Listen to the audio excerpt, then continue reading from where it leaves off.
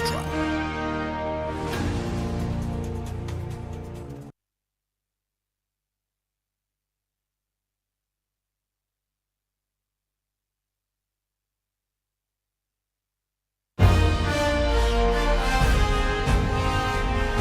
Live from UBC Studios in Kampala, this is Good Morning Uganda Extra.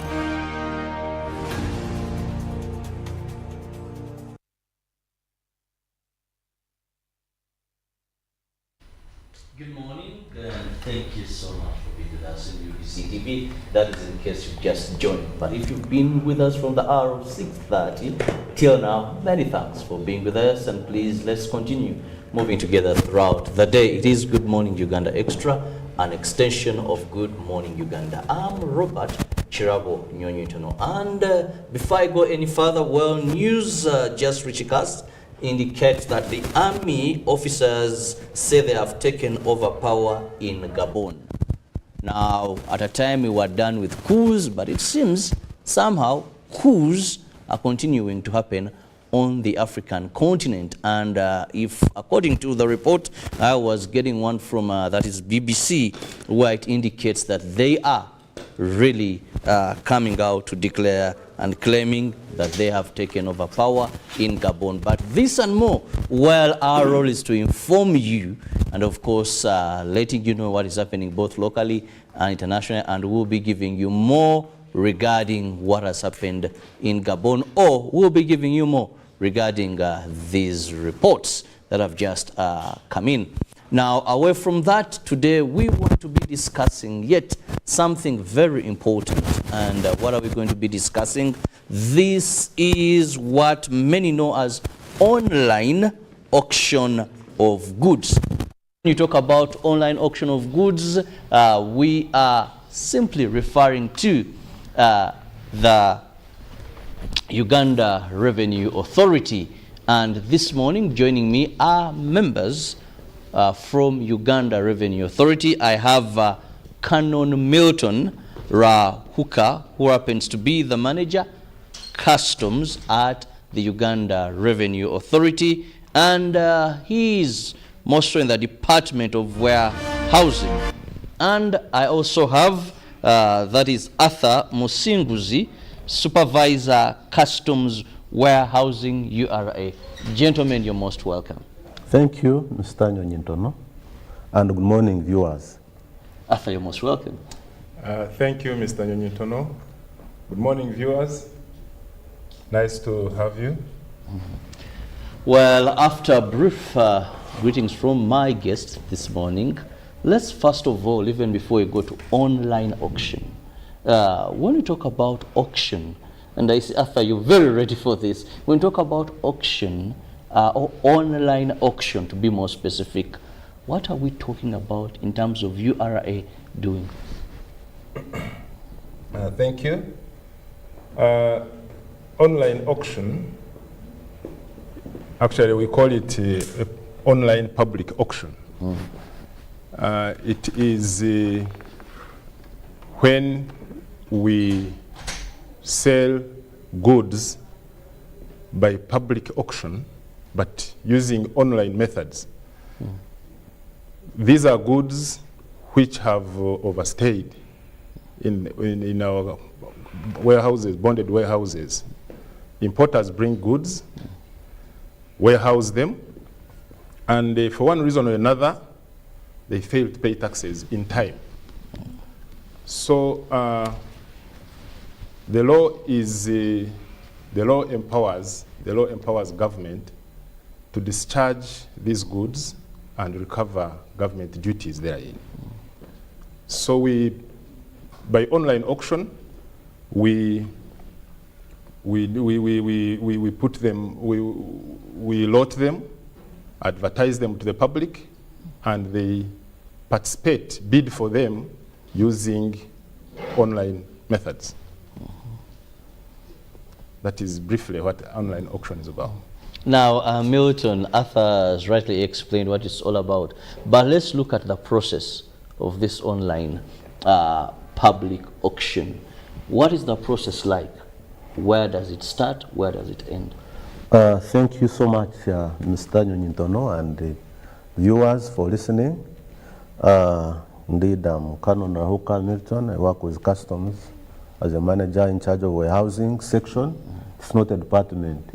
It is a section, and the customs does the role of collecting taxes for the nation, for the government. And these are the collection that the government is using, the taxes the government that is using in offering services to the nation, in fulfilling the government mandate, like working on the roads, paying salaries to the workers, and other services. And so that is what we do in collecting taxes and also facilitate trade.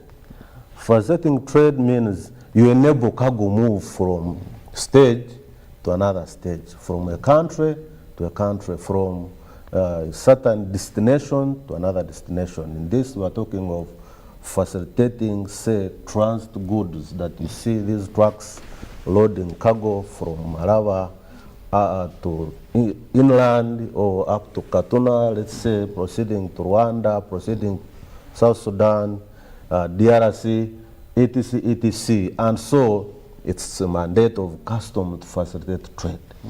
The cargo that is ours and even the cargo that is not ours, to make sure it reaches its destination, because ours are also facilitated from where it comes from, and also facilitate our exports and facilitate our exports and other imports. And also we correct government statistics. Statistics on imports, statistics on exports, items that are imported, what are they? We document such a data. And that's where the government bases when they are reading, when they are planning for the country. And we also protect our young industries. You are customers? Yeah, protect, can talk of our factories, say like Mupano. We have to protect to make sure that such factories are not out-competed by other factories that are outside our country. So we have to make sure that goods that are produced within the country are not meeting any competition. And out of that, our factories are growing, they are offering jobs, people are earning income, and the economy is growing. Like most now, the goods are produced within the country, as you know, the cement, the steel products. You saw the president commissioning the textile industries in Bali. Yes. So that is where you have restricted goods. Things like that, and many, and then those goods that are not, that have been imported, and people have not been able to claim them. Those that are abandoned, those that are smuggled and impounded by our enforcement teams, and those that have overstayed in customs warehouses all over the country. So the commissioner uses laws, is empowered by Section 42 of East African Customs Management Act, that when goods have overstayed in customs warehouse for 30 days, then he issues a public advert like what my colleague talked about, allowing people, owners, reminding them to come and redeem their goods. Give them 30 days. And if they don't come up, then the online, we tell them that the moment you don't appear and claim your goods, Commissioner Customs will go ahead and auction them. And so, for the transparent purposes, that is the online auction. So the first step is to advertise the goods. And so overstay means if the goods are in a URA warehouse for 30 days. Yes. And the importer has not claimed them. For 30 days, we inform the public through the Gazette. By putting an advert, the commissioner puts an advert in the newspapers that are read over, say New Vision, Monitor, and we inform the entire public that please come and take your goods that have overstayed. If you don't, then the commissioner will go ahead and sell them by auction after 30 days. After 30 days. So those are now 2 months of stay. Those are 2 months of stay. Like Yes. now, we are in the process of auction. We are now auctioning goods, and is the chief person auctioning, and we are doing it together with other teams. So we are not there to preside over it, that so-and-so is buying the chair, is buying this kind. Previously, I think that's how things were done. Because I remember one time when I was told, I was a bit younger, that asked someone, where are you going? And said, URA is auctioning. We go, you take your money. Was it you carry money, then the highest bidder is the person with the highest money? Yes. Then takes it. It was more like what we see in church, your canon Yes, through sir. church. Yes. Is it called makungura? How much? This is ahead. Who is taking it? For me, I buy 50. For me, so that was how you used to do things. That's how it previously. was. It Yes. was risky and insecure. Even people could lose their money. People were carrying money in sacks, and we had to gather security, we had to put up tents, and a big crowd. But now, we have availed the system. You come and log into our system. URA system open through Uganda, electronic single window. And the clients are... Milton, go slow on these things. And please simplify them as much as you can. Yes. Because we are looking at critical areas. One, the chief auctioneer here. What are the category of goods? Because you mentioned those that have been smuggled and impounded by URA. Let's first look through these categories. Thank you so much. Maybe to put the whole thing into perspective, when you bring goods, when you import goods, and you declare them for warehousing, first of all, on a normal day, you are expected to bring your goods and pay taxes up front. Take goods for consumption. But for one reason or another, you choose to say, let me wait. I'm still looking for market. Maybe I want to export them. Maybe I want to use them in lots, in part lots. I don't have enough money to pay taxes up front. So you choose to warehouse the goods. So you make a warehousing declaration. So this warehouse is for URA. The bonded warehouses are privately owned, but they are licensed by Uganda Revenue Authority. So when you warehouse these goods, the law provides that you are the goods can be warehoused, and the warehousing period lasts up to 9 months, 270 days. During that period, you should have made arrangements to dispose your goods the way you want. In the event that for one reason or another you have failed to take out the goods, remember these goods are holding revenue. Government then takes them over to dispose them and recover the taxes therein. I'm bringing out the background to why the public auction. Now, when the goods have been disposed, when goods have expired, now they migrate technically online ways from there. You can no longer access them. They migrate to the government warehouse called the customs warehouse. They were in a public-private warehouse. Now they go to a government warehouse. Now in the government warehouse, that is after 270 days. That is now when the commissioner advertises. That is when the commissioner advertises these goods so that the public is aware. Your goods have overstayed. Government intends to dispose them by way of public auction if you don't redeem them within the next 30 days by way of a public notice in a widely read media. When that has been done, within 30 days, then we if for those that have not been redeemed, we go ahead and lot them for auction. Now, what category of goods are we talking about? Like going back to your question.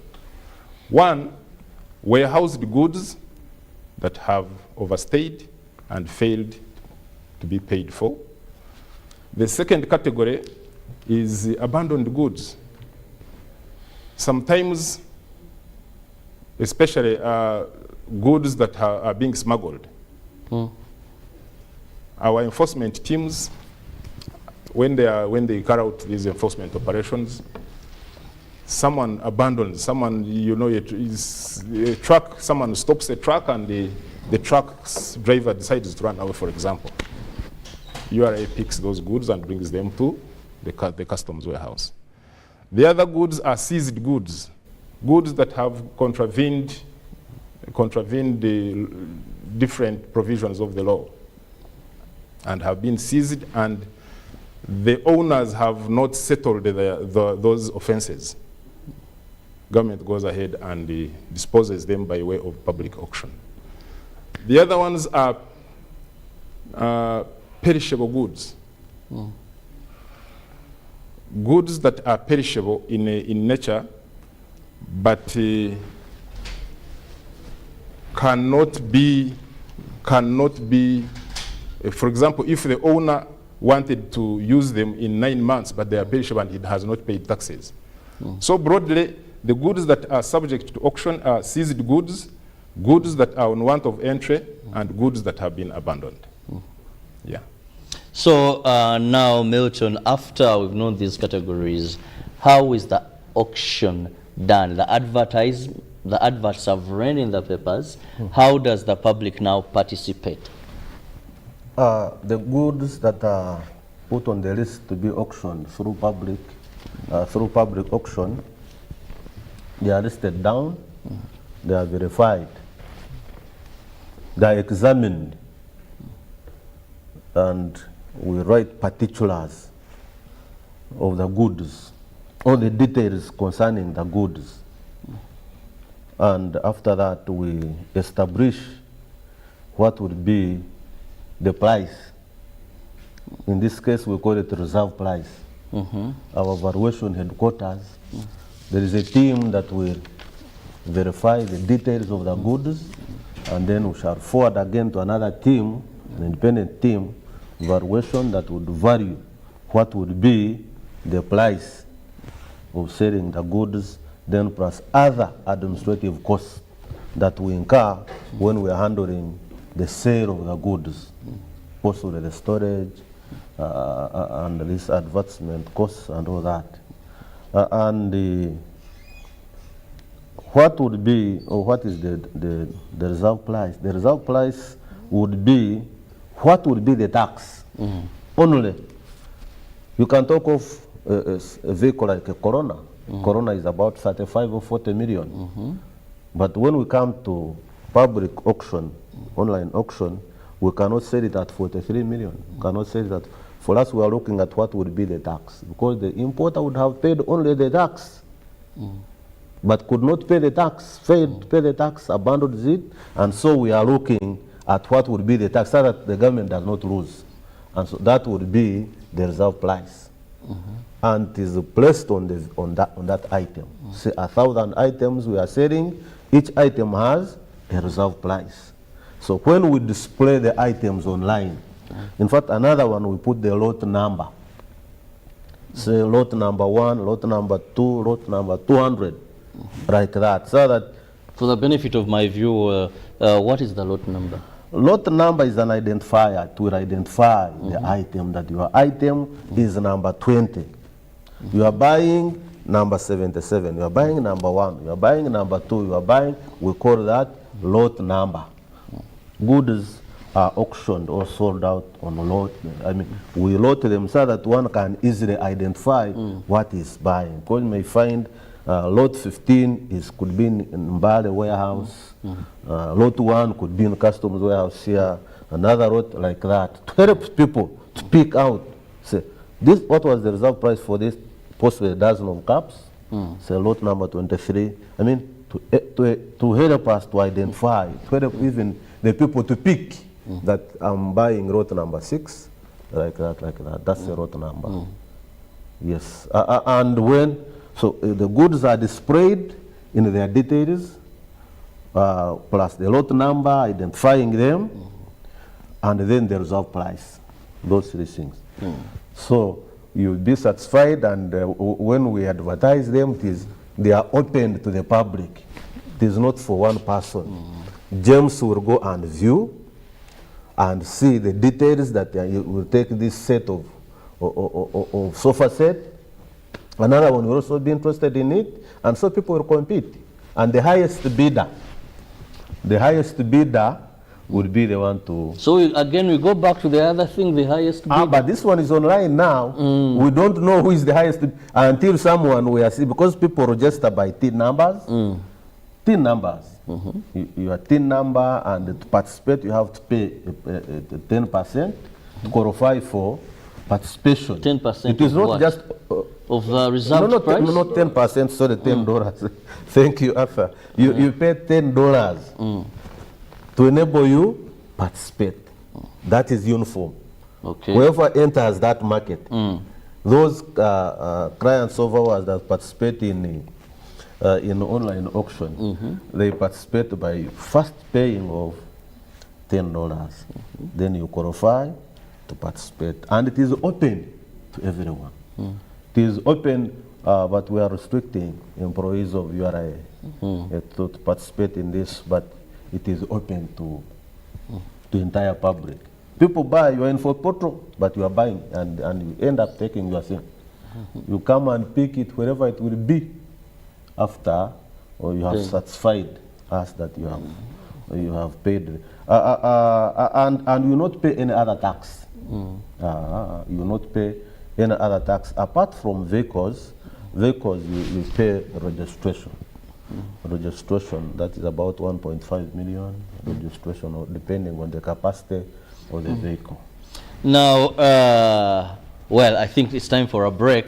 When I return, I'll be still with my guests, and we get to know, where do I find this information that these products, these goods are up for online public auction. Let me go for this break. Live from UBC Studios in Kampala, this is Good Morning Uganda Extra.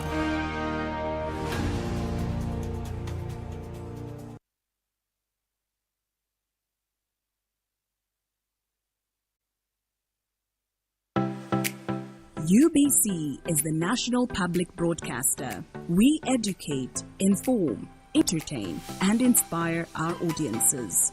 You can watch us on free-to-air channel 001, DSTV channel 282, GoTV channel 371, Star Times channel 201, Zuku TV channel 20, and Azam TV channel 350. Even when your subscription expires, you can still watch UBC for free on your pay TV platforms.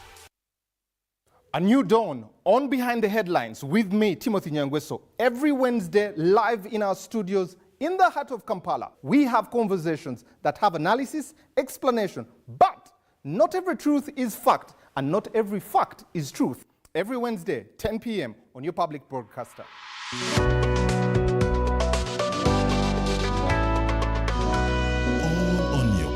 Broadcaster, UBC, inspiring Uganda.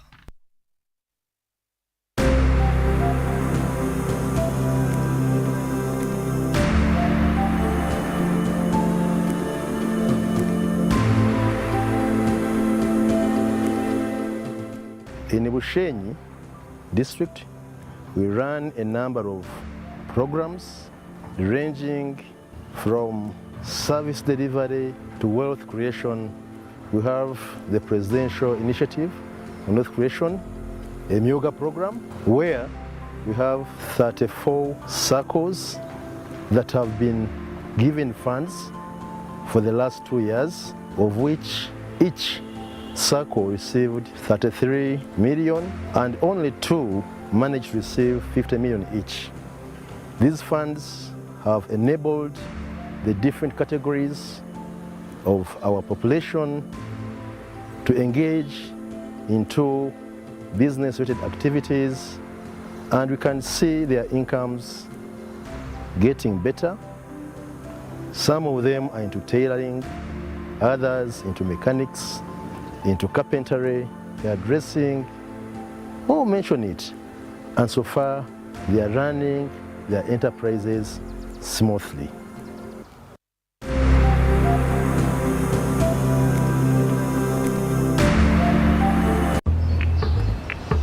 Paya amazi.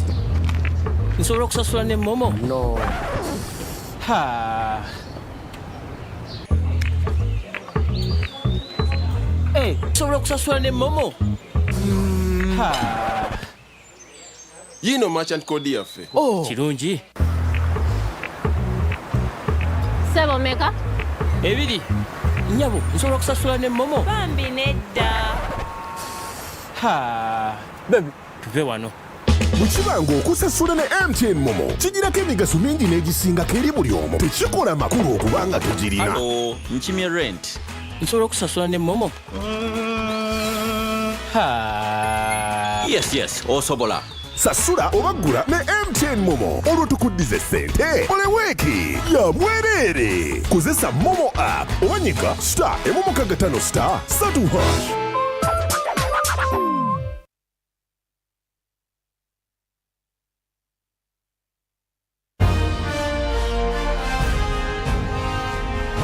Live from UBC Studios in Kampala, this is Good Morning Uganda Extra.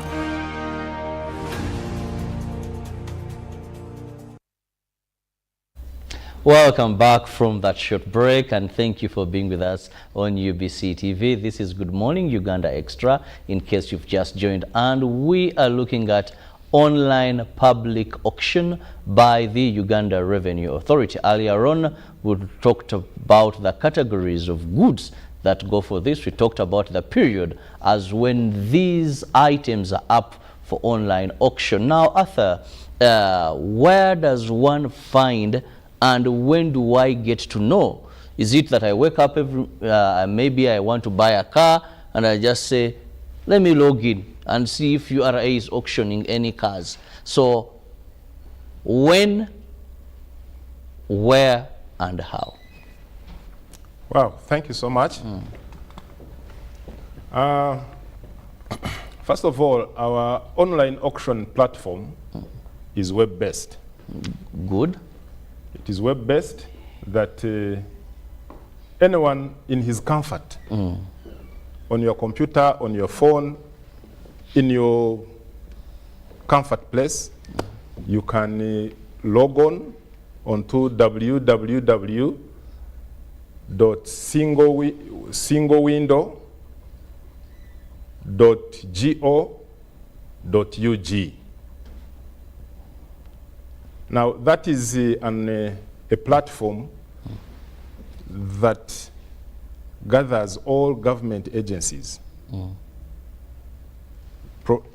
so that the public can access services for all government agencies, Uganda Revenue Authority, National Drugs Authority.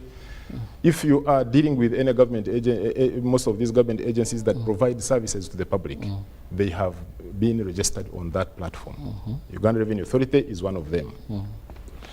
So on that platform, there is a tab for auction.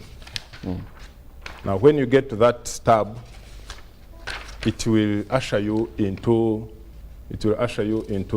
the online public auction by Uganda Revenue Authority. That is one. The second thing is that URA currently is conducting public auctions every quarter. And before we do it, we advertise it. We issue general public notices that we are going to run a public auction, an online public auction, from this day up to this day, inviting the public to come and participate in that auction. Thirdly, when you go there, it's like the way you go to any other websites. Most of us who have bought cars online, you go to Trade Car View, you go to JapaneseVehicles.com, you go to V-Forward, you look for a car of your choice. You will see a car, if that's the car that you are looking for, look at its price. Unfortunately, you do not have the leg room to negotiate, because for us, what is the price that is posted there is actually the minimum price that is acceptable, called the reserve price. Now, this reserve price, once you have picked on that item that you are looking for, or an item that you think you can bid for, it is competitive. Very many people are looking for it. You place your bid, and of course, because it is competitive, the highest bidder, the system picks the highest bidder and communicates to him that you have, at the end of the bidding period, it will communicate to the highest bidder that you have won this bid, and then it will also inform you on the next steps that you click here and generate a payment registration form. You pick that payment registration form, go to the bank, or even sit in your place of comfort, online, pay this money into the bank, and immediately you will get a payment notification, call it a PRN. Once you have paid, then you come to, of course, you will, initially, the lot number will have talked about the nature of goods, description, and location of goods. They are in a warehouse in Jinja, they were in a warehouse in Arua. Then you go to that place where the goods are located with your proof that you have paid for this lot, and immediately the goods will be released to you. Principally, that is the short of what the process involves. Well, something very interesting for Ugandans, that now it is no longer the other very tedious process and risky as well, where you have to have movements. This is very effective, very efficient also for anyone to apply for it. But since when did URA move to this? And maybe Milton, let's look at how the public has been responding towards online public auctioning. What has been the public response towards this? The public has responded positively. It has responded. You find an item, about 30 people are competing. There's no item that is picked on by one person. You find an item, people are in Jinja competing on it, people are in Mbarara competing on it, people are in Mukono here, people are in Nansana, they are competing. So it attracts a number of participants. And that's why when we have a reserve price on, say, a radio like this or a bag like that, when we say the reserve price is 40,000, because of competition, it may end up being sold at 80,000. It doubles. It doubles. And so a number of people participate because it does not involve movement, that you need to move from Entebbe to come and view things. And no, you view online. You just open on the account that you have opened and become a participant. On your phone, you are able to see and compete. So it brings in a number of competitors, and it has helped us to generate money. In fact, we set a target that out of this auction, this is our target, and we have been surpassing it through auction. We set a target, say 2 billion, we end up selling, getting about 5 billion, or we double sometimes. Because it is very efficient, a number of people can participate. It does not involve movement, that you have to pay money to move from here to Nakawa and bid on that motorcycle and bid on that container of item that has not been and bid on that container. So it is cost effective. In fact, it is very, very cost effective. People that participate save. And you will not see any element of corruption involved. There is no corruption. There is high, I would say, how is it called? Transparency. There are high levels of transparency. You will not pass through Arthur that I want to buy this. You will not pass through Milton that you want. No, it's not. So it helps us to do away with corruption. You will not send some, you will not even write a note. No. So it improves on efficiency and transparency in the way we are auctioning these goods. You can't pass through any other person. And you see, it is done by the system. The system tells us that these goods are due for auction. Sometimes we could go to Mbale, Busitema, or the bonds, but now you just go to the system, you see want of entry. And say, yeah, these goods are overstayed, so we need to plan for auction. There is a lot of reduction, much reduction in the costs of doing business, much on the other side of the buyer, and even to the government that is participating. So people could not now, people could lose their money during auction. But now no one is interested, no one will know that you are buying. After winning, you just go to the system, print a payment slip, then go to the bank of your choice and pay. You see, we could incur a lot of costs in arranging the stage, the tent, and many people could come and participate. There was too much crowd. If it was COVID, noise and disorganization. If it was at the time of COVID, the people would really die by getting a disease from each other. But now, that crowd is no longer there.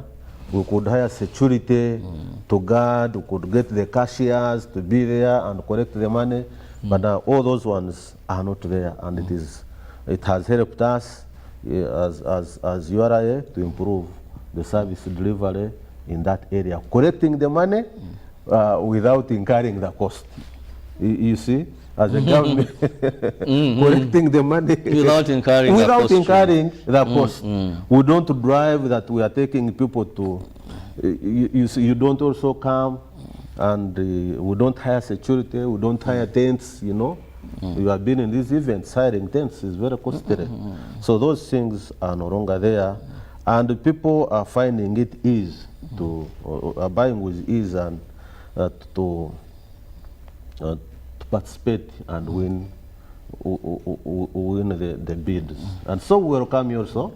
One time, you test it from your office, and I think we'll partner with you that when it is time for auction, so that you can keep on sending the messages to the public. Definitely, to know that this is there. Many people can come and participate, and so we develop Uganda. I think one of the things that I've found very interesting about this, away from it being that at your comfort, at your home, you can look at what is up for public online auction, but also the simplicity in it. But above, one of the things that kills auction, most of public auction, is the belief or allegations that certain people then influence these auctions. And when I look at this system, I don't see influence being possible. No. So a person will tell you, why waste my time even paying someone to be part of the auction, yet they are going to sell these things to themselves anyway. But when I look at this system, I don't see that being something that is very possible for someone to influence. Now, Arthur, as we wind up, what is your final message to the public regarding this public online auctioning? Thank you for that. From the experience we have had so far,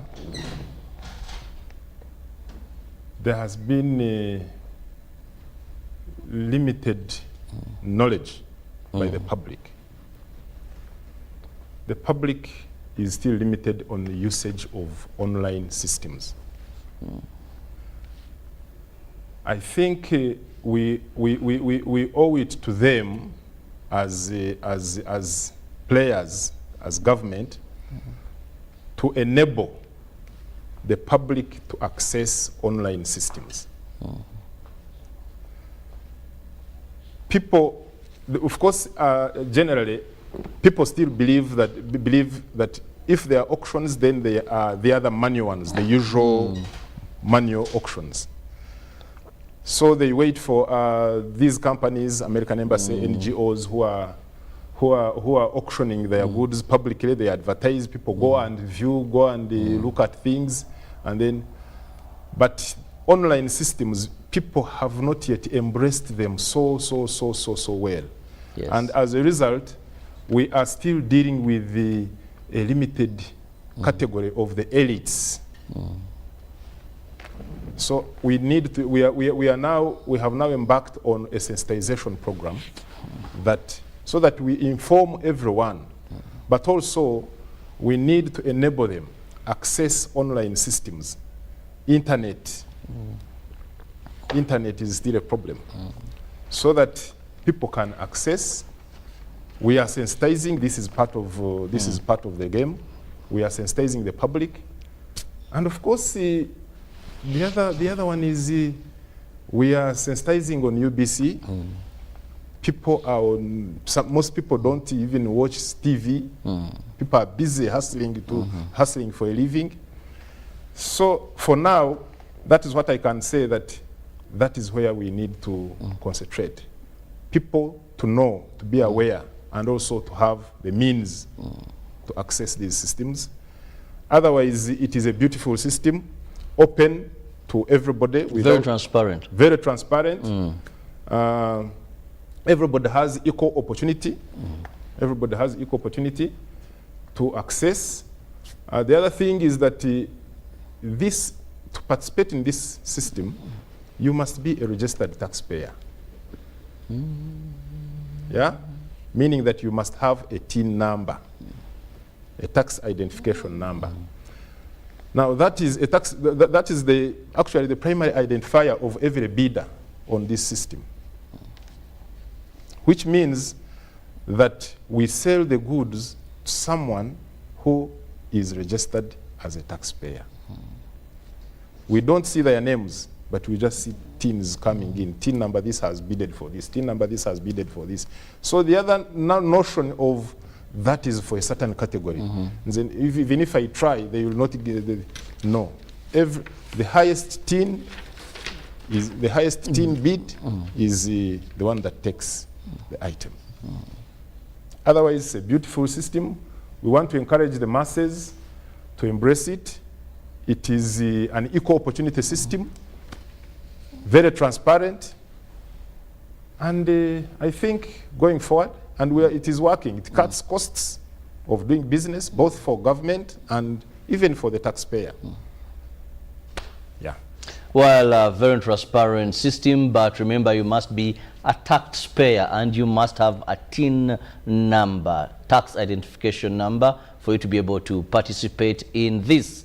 I love the fact that Arthur says also internet is an issue here. If a person has to know what is being auctioned, they must be connected to the internet. Yeah. And they must be able to view these items. Without internet, it becomes a problem. So that speaks also on the other side of government, with broadband and all that, so that many people can access internet. Now, Milton, as I let you go out of here, what are your parting shots? Before the parting shot, I would say, when people or traders see of customs, or when clients see of customs, then they bring in agent, clearing agent. With this online auction conducted by customs, we don't use a clearing agent. You come as an individual and participate. You don't need to pass through someone to make declaration. The declaration is your input as the owner, with your TIN, as you said, with your TIN and paying that $10, then you qualify and say, I have won and take the item. It is very, very important. People should not fear that, yeah, you need to use a clearing agent, you repay an agent this much. That one is not there. It's not applied that we handle this, the auction of goods. We encourage people to plan their importation and tax clearance so that they don't lose their goods through auction. It's our primary role already to encourage people to plan their transactions so that they don't lose their goods. They get to know you are bringing this item, but what's the tax? Sometimes people bring in items without knowing how much to pay, and it becomes a bit hard and difficult to clear their goods. And that's why we end up auctioning them in pain. But it's not really the intention that would sell the goods by public auction and all that. But the first priority is the owner of goods, the owner, the importer of the item. So, and we usually give them the first priority, and when they sell, that's when we resort to calling the entire public to participate. But we want to thank the clients that have participated in public auction, because we have collected a lot of money for the government. They are our clients, and they have done great.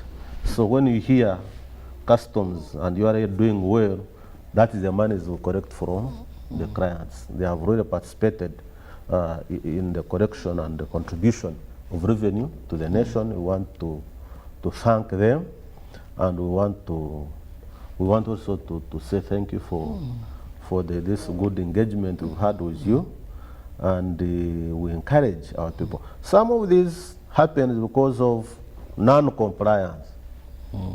Non-compliance is a problem in customs declarations and all that.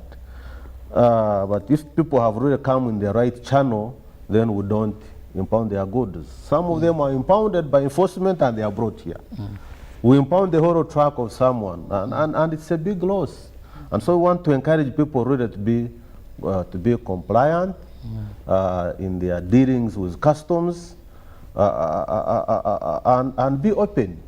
And whenever they have a problem, let them come and use our offices. Let them come. Our offices are open. The Commissioner of Customs office is open.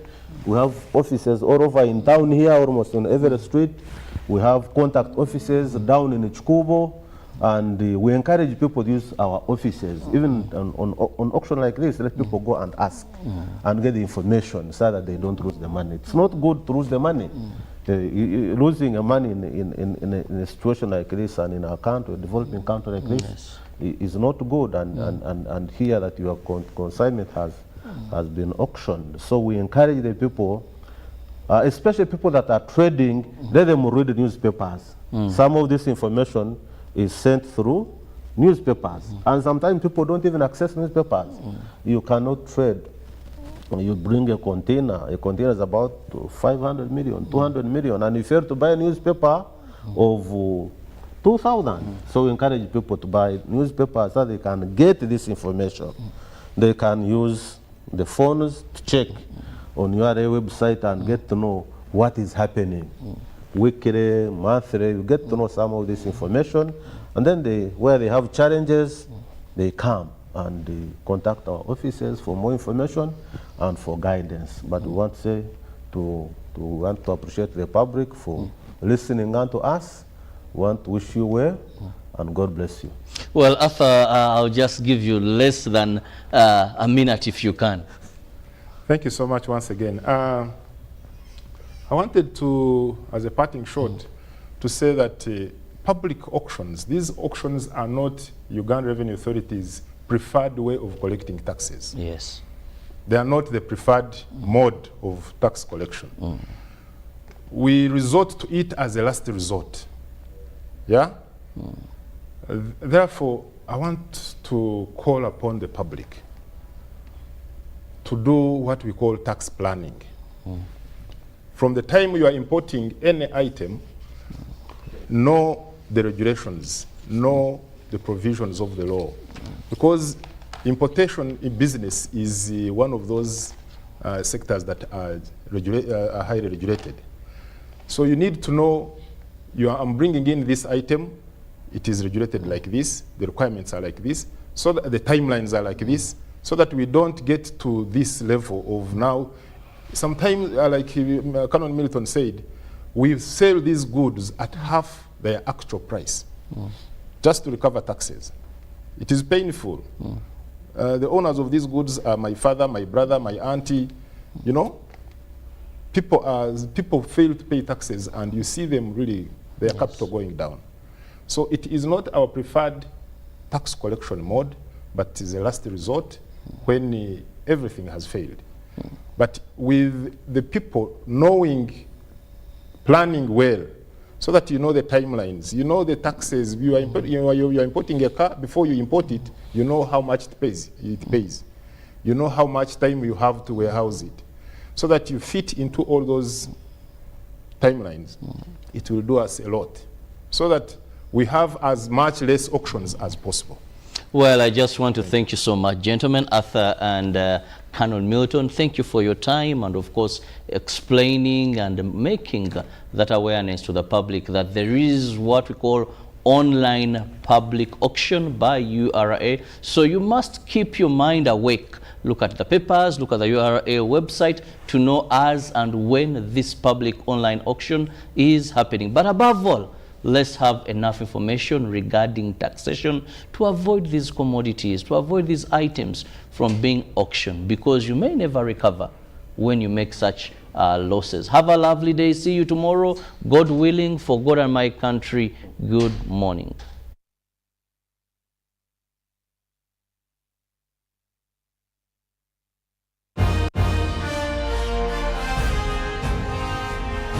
Live from UBC Studios in Kampala, this is Good Morning Uganda Extra.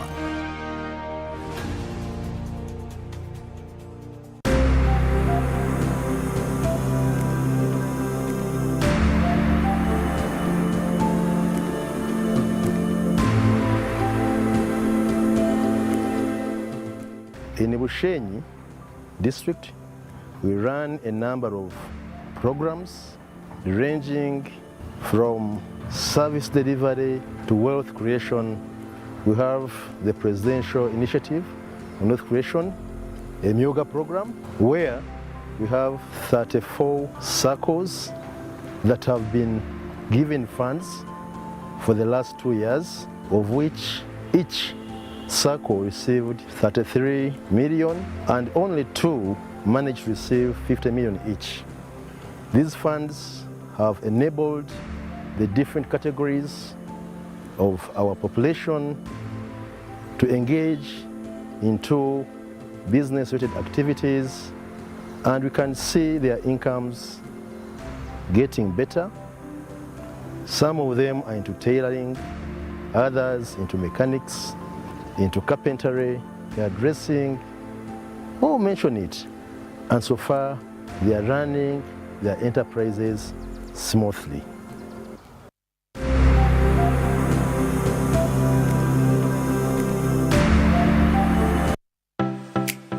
UBC is the national public broadcaster. We educate, inform, entertain, and inspire our audiences.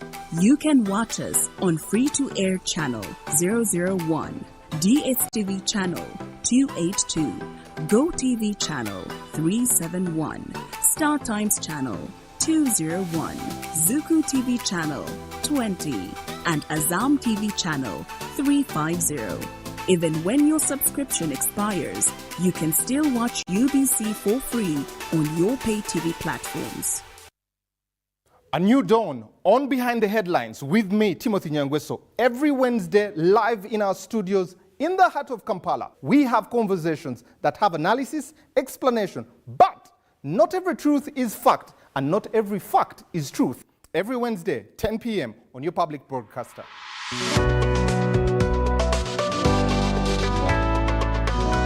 All on your public broadcaster, UBC, inspiring Uganda.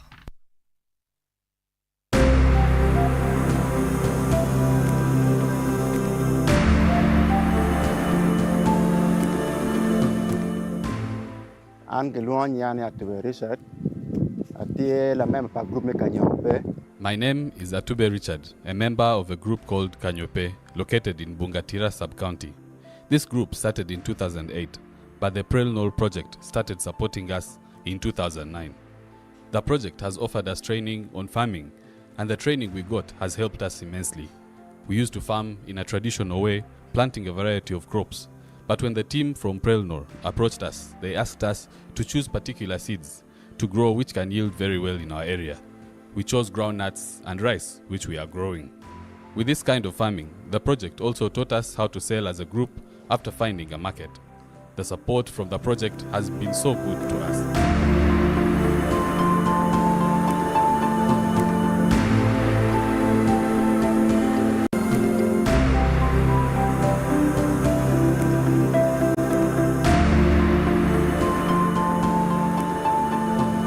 I've seen a number of community members out there that have formed themselves into groups and have identified enterprises, agricultural enterprises, rice and all that, and they've actually